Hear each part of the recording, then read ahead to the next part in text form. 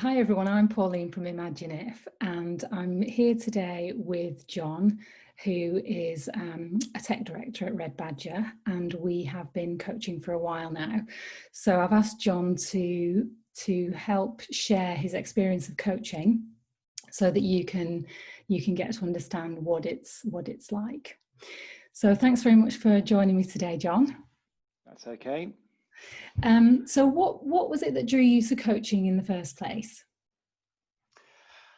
So the thing that initially drew me to coaching was I'd sort of been promoted into a more senior management role at work, and I knew that I would be doing less sort of day-to-day tasks and going into the realm of managing people and managing clients and throwing myself into what I considered to be daunting and tricky situations, which I'd initially sort of liked the idea of learning how to cope with, and then quickly sort of started telling myself that either I didn't have the experience or that I wasn't equipped or able to deal with certain things. And so it sort of came from that, really. I wanted to figure out if at all that I did have these skills and abilities to deal and cope with tricky or difficult situations, or whether it's something that could be learned and I could develop myself personally to be able to do that as part of my job, and then also in wider life as well, you know, noisy neighbours and I don't know, difficult people and all that sort of stuff. Yeah, so dealing with like perceived conflicts or challenging situations, especially with neighbours. My neighbours are lovely, it turns out. But yeah, it's difficult. I mean, I suppose personally, I've always tried to avoid conflict, and I found it quite emotionally overwhelming and not knowing how to deal with those. So my natural reaction is to try and engineer a situation to avoid it, or run away, which is no use to anybody, I suppose. Yeah. So what was your experience like, and what happened in terms of the things that you went into it with initially?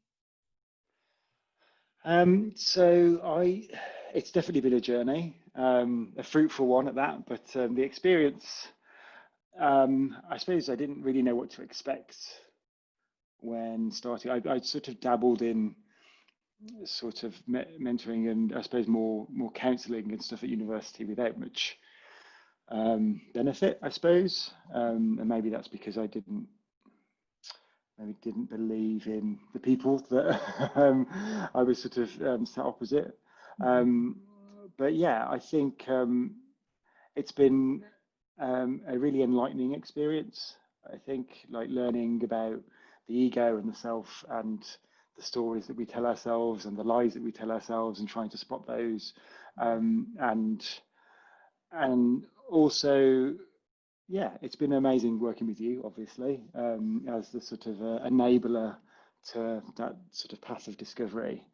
And I thought initially it would just sort of be a bit of a chat, a bit of a natter, and then you would magically fix my head and that everything would be okay. Obviously, it's not like that, and these changes takes time to sort of sink in, and then to practice on the sort of spotting thoughts, questioning them. Is that really the situation? Is the world going to really end if you end up having an argument with this person? Are you even going to have an argument with them, for example? And so, yeah, the experience has been overwhelmingly positive in terms of the outcomes, and the sessions themselves can be quite personal and challenging when, as you say, like being honest with yourself and really sort of digging into, why is it that I want to run away from situations? Why is it that I sort of get that sort of fight or flight response? And sort of tackling those sorts of issues can be a bit emotionally intense, but the outcome's always very, very positive. Yeah. And you described feeling uncomfortable around conflict and things like that. How do you feel now when you get that uncomfortable feeling? It's, I suppose, one of those things where, you know, you mentioned it as well at the top of the interview around being brave and courageous, and it's sort of having that faith that, you know, that person isn't going to throw a rock at you, or they're not going to shout, and sort of initially it's very daunting. And I'm not going to say that, I suppose, with these things, the anxiety or the stress of the situation hasn't gone away, but sort of knowing that actually people aren't probably going to react to the extreme anger or extreme emotions most of the time, as people are quite reasonable human beings. And I suppose my emotional reaction is still there, but not as controlling, I suppose, is the thing. I sort of liken it to stage fright in that, like, as a performer, stage fright never really goes away. You still get those nerves, but you just learn how to cope with those emotions, as opposed to letting them like make you feel like you need to go and vomit before a performance. You still have that sort of emotional check, which is you're about to go into something which is daunting or it has got high stakes, but instead of it controlling you, it's sort of there as a reminder that you know, to be on your guard, I suppose, rather than it completely shutting you down and you're not being able to interact with the person or deal with the situation in a good way. Yeah. And has it helped you understand more about your emotions in terms of how they inform you in your life?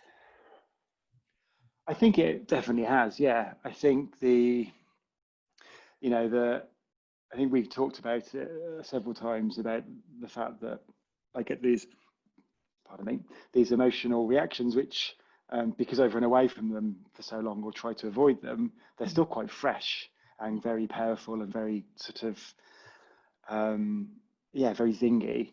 And I think it's, sorry, could you repeat the question? I've just sort of gone off on a tangent. It's okay. I was asking you about being aware of your emotions, being more aware of your emotions and how they inform you for your life. So rather than being a thing that makes you go, oh, somebody might attack me or whatever, it's actually becoming more accepting of them as a barometer for your life. Yeah, exactly. I think that definitely has been the case. And rather than them being a sort of a warning to revert into myself or avoid, it's actually a sort of an invitation now to go, okay, this is a new area of uncomfortableness or discomfort, and okay, what can I get from this, and what sort of questions do I need to start asking my own sort of self thought process, to see if anything's really good. You know, it's sort of like if you're hungry, you need to go, you know, to go and eat. It's sort of like one of those things like, oh, now I can feel my heart going a little bit, and okay, let's see what we can get out of this, and if I can, you know, sort of, rather than reacting very rashly or just in line with the emotions, sort of like taking a deep breath and thinking, okay, is the worst thing going to happen in this situation? Probably not. Yeah. So you've got more of an inner dialogue rather than, you know, I've got to run away Yeah, from this. Yeah. exactly. And it's sort of knowing that, and also understanding, I think for me, it's sort of like this whole idea of like the holy grail of like constantly happy, constantly contented. And it's sort of this thing I think we're told through numerous different outlets that, you know, we should be searching for this constant state of euphoria almost, and actually understanding that the different emotions we feel are part of this rich tapestry of life, and we should sit on them and enjoy them and wallow in them, and just accept they are part of being alive, rather than that feeling's bad. I don't want to feel that, because that's sort of like our initial, or my initial reaction, at least, anyway. Yeah, yeah, you're right. We get told that certain feelings are good and certain feelings are bad, when actually they're feelings that are informing you. Mm-hmm. Mm. So, what would you say have been the highlights for you, and how has your life changed since we started coaching together? A couple of highlights. Well, there's lots of highlights. I say the biggest thing for me was sort of our discussions and getting to grips with like the great battle of the ego. And yeah, it's sort of something that I grew up in a family where you sort of don't really talk about emotions or feelings, and you don't talk about those sorts of things. So it's been great to have the opportunity to explore those ideas and to understand that just because you think something doesn't necessarily mean it's true, which is sort of I know it sounds very obvious, but it's amazing how irrational our minds can be when it comes to things like that. And sort of getting to grips with those sorts of concepts have been incredibly helpful. And then I suppose following on from that is sort of trying to get into the root of any anxieties or fears and why I might be feeling that way, and helping to sort of rationalize those things a bit more in order that they don't affect me negatively, and actually there's a path forward to sort of getting out of that rut of whether it's dealing with a difficult situation and just not saying anything and freaking out, to then going, okay, this is a difficult situation, take a deep breath, let's engage with it and see what we can learn from it.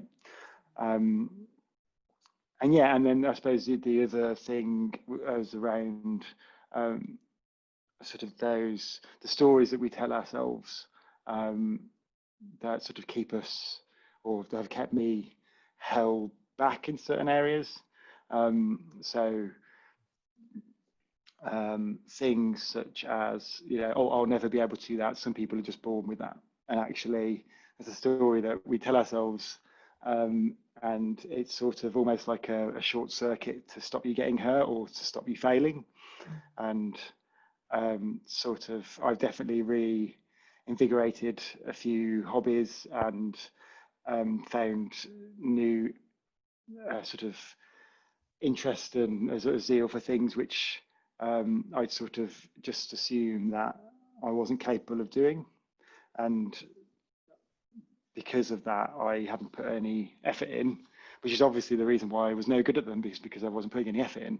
And so sort of reframing things instead of I can't do that to, oh, I just haven't spent a lot of time doing that, therefore I'm not good at it because of that. And so I suppose all things come down to practice. And so it's enabled me to start allowing myself to do things that I otherwise have stopped myself from doing, because I told myself that I was just incapable or not skilled in that area. Yeah. Yeah. So it sounds like your life is more expansive, and you're hearing the words around I can't do this, or I'm not very good at it, and then you're kind of stepping over that fear, if you like. Yeah. And then also turning that on its head and then telling myself that I am good enough. Because I think it's not until we started coaching really that I sort of really understood how critical we can be, or I can be, of myself, and unloving of ourselves. And that whole, it feels a bit weird to me, but sort of like telling myself that like I am good at this and I am worthy of this, and I'm not stupid, I'm not these things that we sort of internally keep on telling ourselves. And if we keep telling yourself that, you're going to start believing it. So yeah, for sure, I feel I'm more calm, I'm more engaged with things. Like I've become more engaged with things, and not procrastinating with things because I think they're going to be horrible or difficult, but sort of facing them head on, I've been doing things that I previously told myself that I wasn't able to do, but now I'm putting the effort in and seeing, noticeable improvements in those areas. And yeah, and sort of when things aren't so good or situations are difficult, being able to just accept that the situation is bad and that the feeling I'm feeling is okay, and sort of just acceptance that everything is as it should be, as opposed to trying to fight against those things and then not coming out well in those situations. Yeah, great. And what would you say to someone who's thinking of having coaching, but they're not sure about it? I would certainly recommend it if somebody was, for me personally, suffering from sort of like low level anxiety and not to be able to deal with conflict, which meant that I ended up being a crowd trying to please everybody all the time, which inevitably means that you end up not pleasing anybody and not pleasing yourself, and that sort of snowball effect. So I would definitely recommend it, purely because learning about how the ego and the self interact and the things that they do to each other was really something that I wish I'd learned years ago. And we've taught before, but something that probably should be taught in schools to to help people navigate this really complex world that we live in, and the sort of the sometimes quite raw emotions that we feel given certain situations, and learning how to sort of react to those emotions and to cope with them in a more calm and, I don't say controlled way, but sort of to get comfortable with how we think and how we feel. I think is a really good reason to do that. Yeah. And what would you say is the difference between, say, reading a book about personal growth and actually having a coaching session? I would say that I've definitely got more out of coaching than reading books. However, reading books after coaching sessions have been incredibly valuable, because it's sort of, we've talked about things and then you sort of spot things in the book and it sort of reiterates the point. But I think having a coaching sessions is so it's way more valuable, I found, in terms of we would be discussing a certain issue or a certain situation, and a book wouldn't necessarily give you the poignant question to ask yourself at that that junction. So the books seem to obviously talk either in very generic terms or very specific situations, and I've definitely felt that having really sort of not curated, that's not the quite word, but sort of really personable and human interaction around those issues have been really really great. And I think you're probably more likely to get those aha moments and that realization if you're having a dialogue with somebody, as opposed to reading it in a book, because you might, if indeed the issue that you're trying to deal with is about being honest with yourself, you might not realize the thing you're reading is applicable to you. So having somebody to sort of drive that home and ask the right questions at the right time is incredibly valuable. Yeah. And would you say it's been more about your career or your personal life, home life, or is it everything that you explore? We've talked about loads of stuff. We've talked about, I suppose, initially because I came about work, we talked a lot about certain situations at work, but definitely like personal life, family life, relationships. It's sort of a very holistic thing, because definitely understand now that just because you might have come in for to better myself in my new role as a as a senior manager, actually all these things are connected.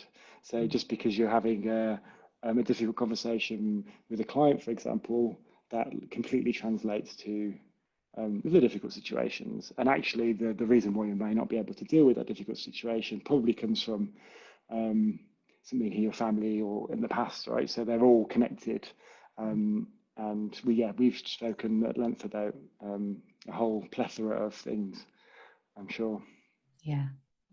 And is there anything else you want to share about your experience? I think it's definitely been game changing. I think for me, it's definitely. I've always told myself that maybe I'm terrified of people because you don't know how they're going to react, and I think I took the position that I'm in because I was very excited about it, but I knew there was this area of dealing with people and difficult conversations and conflict and all that sort of stuff would come with this, but I wasn't entirely sure whether it's something that I would be able to do or to cope well with. And having this experience that of working with you has basically shown me that I can do these things, and it's only myself stopping myself from being able to do these things. And so it's been great in that. I mean, it's not an overnight fix, definitely. Like, it's definitely been a journey, and I know that I've seen